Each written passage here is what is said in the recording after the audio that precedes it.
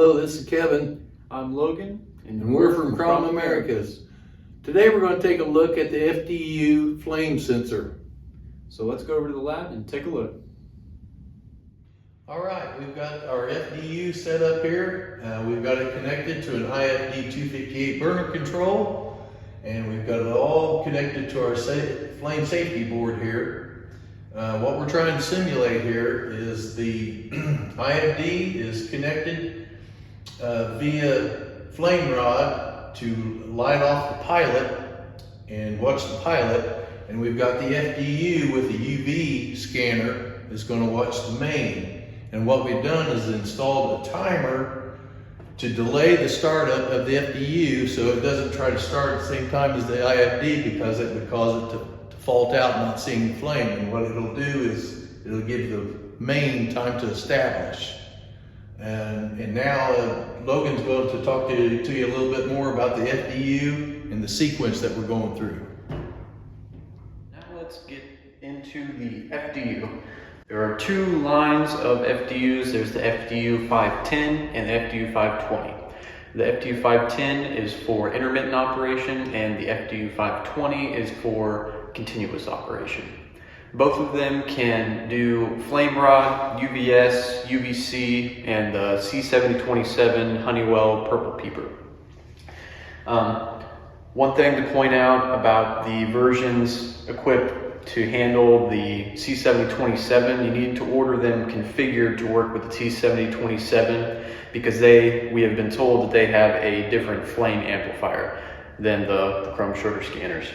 So if you're using flame rod or the Kromschröder scanners, this will work with all of them. It's just a matter of toggling that parameter in the settings, which there are a couple things that can be toggled here in the software, and we'll get into that. You need to have the opto adapter and version 4 of BCSoft.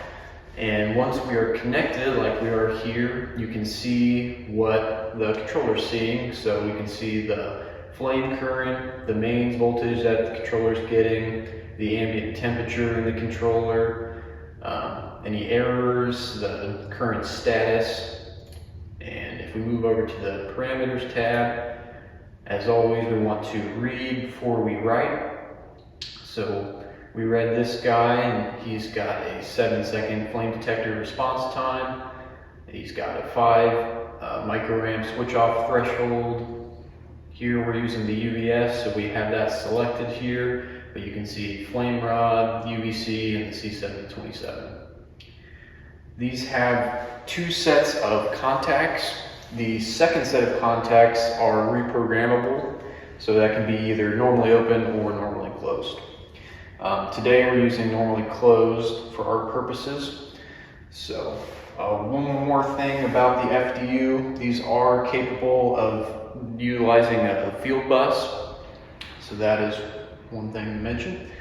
So now let's start this up and see what Kevin was explaining for us. So like he said, the IFD is connected to the flame rod, and it's going to run the pilot valve, and then once pilot is proven, it's going to start a 10-second timer here. You'll see the red light come on. After the 10 seconds has elapsed, it'll start to blink, and then it'll be relying on the FDU to hold in the main gas valve. So this is bypassing the FDU temporarily to give that main flame enough time to establish. So after the 10 seconds, if the main flame is lit, then the UV will see it, and it will keep the main gas valve locked in. So we have the UV loose here so that I can demonstrate this procedure we just outlined. So the pilot lit. So now it has started the 10-second timer, so the main flame kicked in. So you'll see that main flame drop out after 10 seconds like it just did. So if this had been pointing at it, it would have kept it locked in. But you see, take the UV away, the main drops out. So in a perfect simulation here, those two flames would be separated, so we didn't have to have that loose. But just for the sake of this particular arrangement, that is how we are using the FDU. So it sees a flame, it'll open or close contacts, and in this case we need the timer. And this is not an FM approved timer, but if you were going to do this in the field, you would need an FM approved timer to temporarily bypass this so that your flame can establish. So there is the FDU.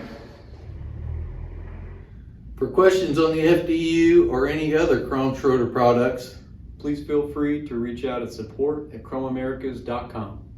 thanks for watching.